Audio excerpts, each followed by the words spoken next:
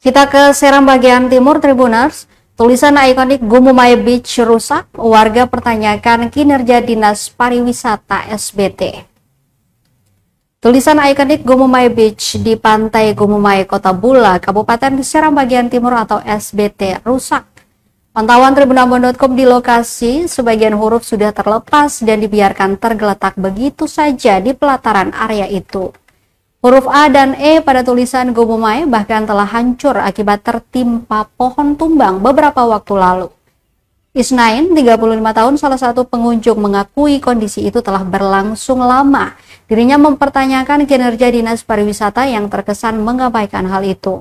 Pasalnya, tulisan tersebut kerap dijadikan pengunjung sebagai background untuk berfoto. Ia menilai pihak pengelola kawasan tersebut terkesan bungkam atas sejumlah masalah yang terjadi di kawasan wisata itu. Ia meminta kawasan tersebut harusnya dilakukan pengawasan ketat oleh pihak terkait, lantaran sebab keral disalahgunakan terlebih saat malam hari. Dirinya meminta agar segala permasalahan di tempat tersebut segera diperbaiki, lebih khusus tulisan Gumumaya Beach yang telah rusak itu.